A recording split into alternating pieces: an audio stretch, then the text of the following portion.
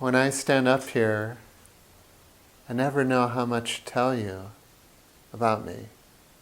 I never know if now is the time to tell you that I stutter.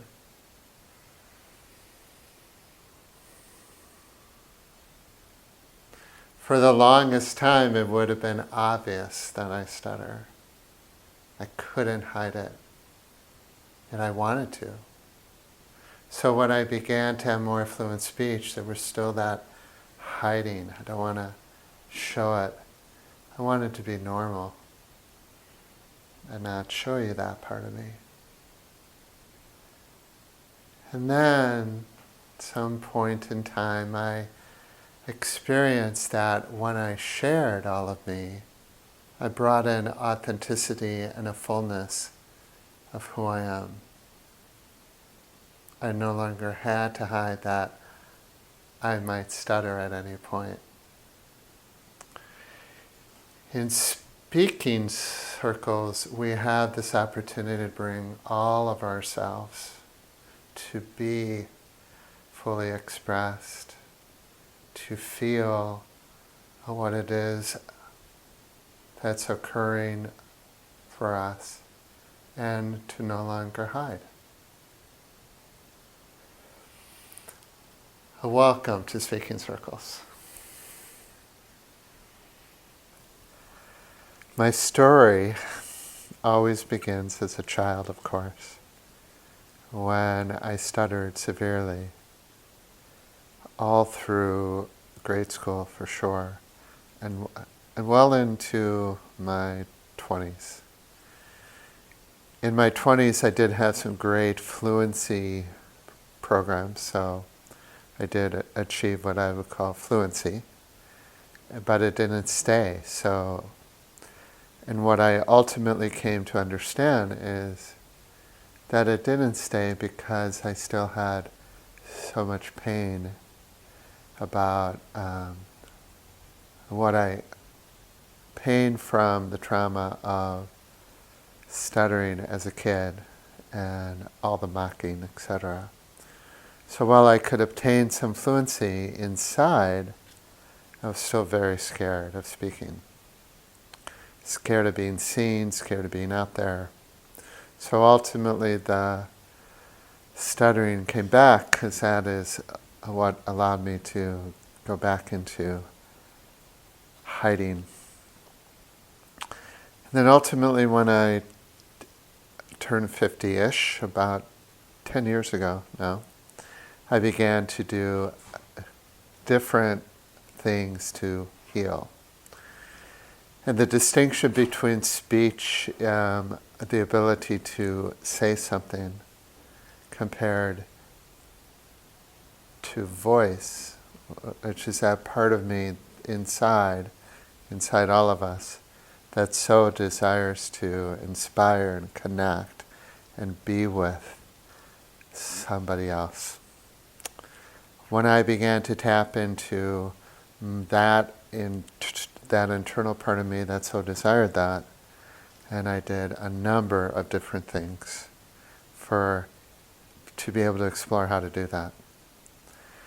And speaking circles, of course, is one of the key things that I've done.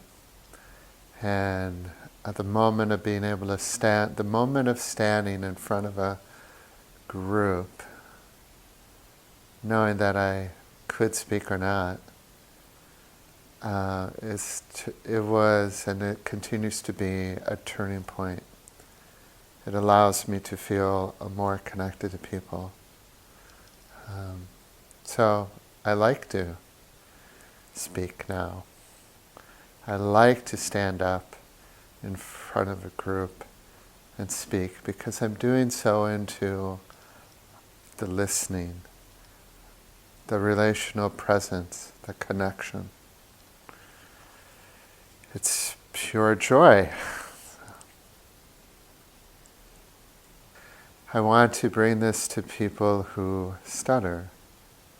I can imagine having a group of people who stutter come together, and the possibility of, when I think about this, it's just like, well, if I had had this long ago, what might have been different for me then. And allowing people that opportunity to get up and be held by a group of people, whether they choose to say anything or not.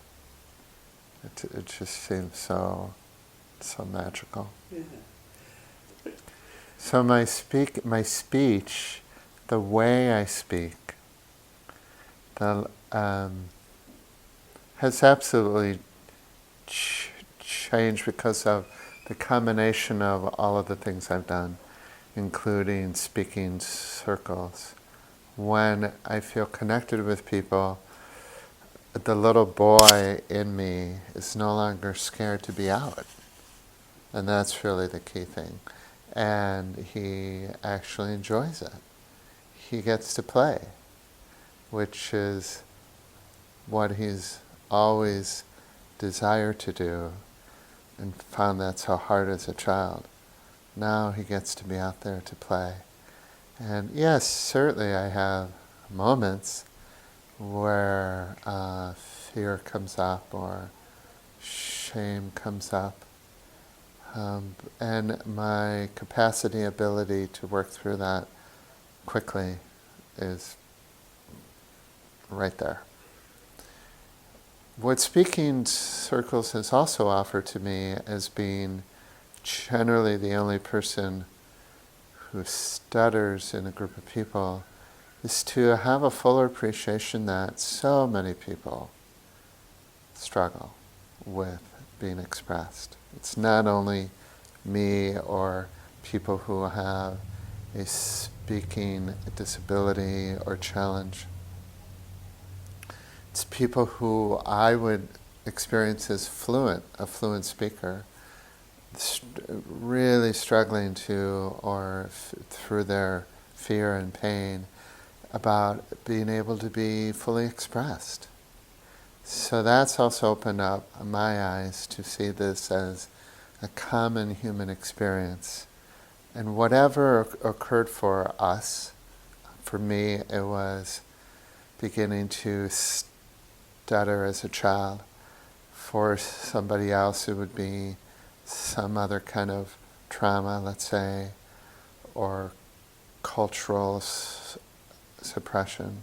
And whatever has caused that experience of suppression of our voice, we so desire to move out of that.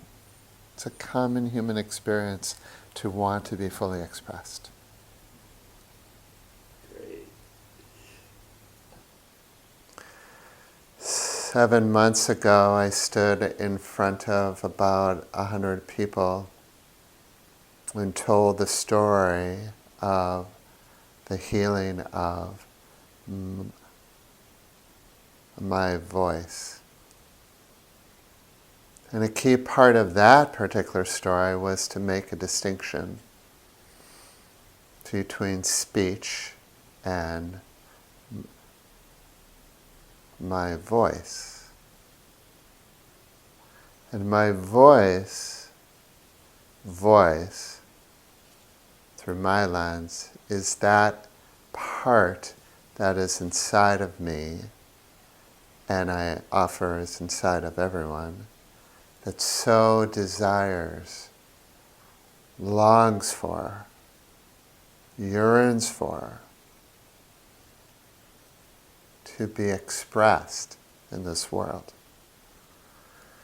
It desires to be connected and inspiring, and to be seen and to be heard.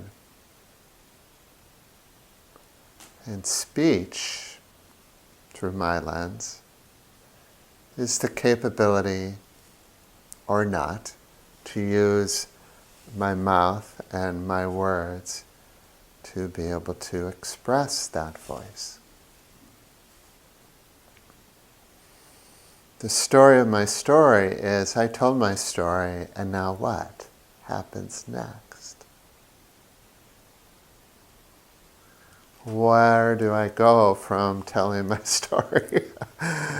And the part of that story is the whole journey that got me to the point of telling my story publicly. And part of the story is, so now what? And my part of the story of going forward is my commitment to support others, to create a place where people can tell their own healing story of their journey with being able to express, or not, that part inside of them, their internal yearning to have their voice fully out in the world.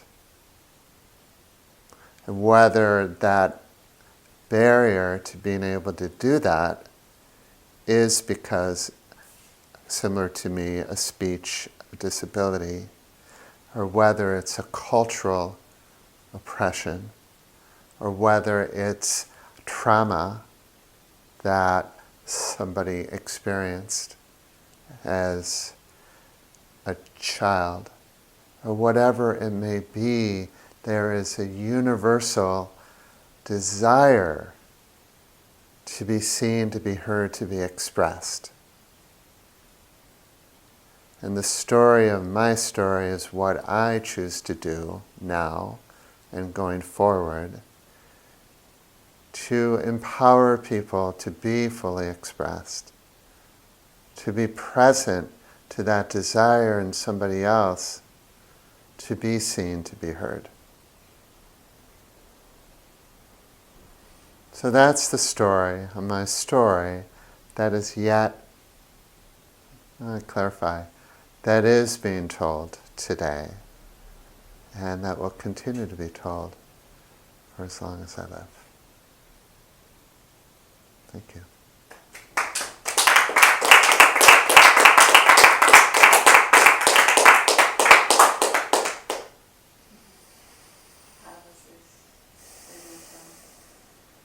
Lovely.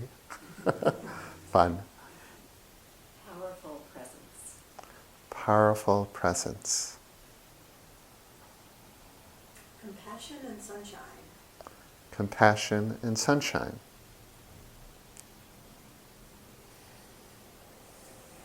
Deep, still waters. Deep, still water. Relaxed, flowing. Relaxed, flowing. Powerful tenderness. Powerful tenderness.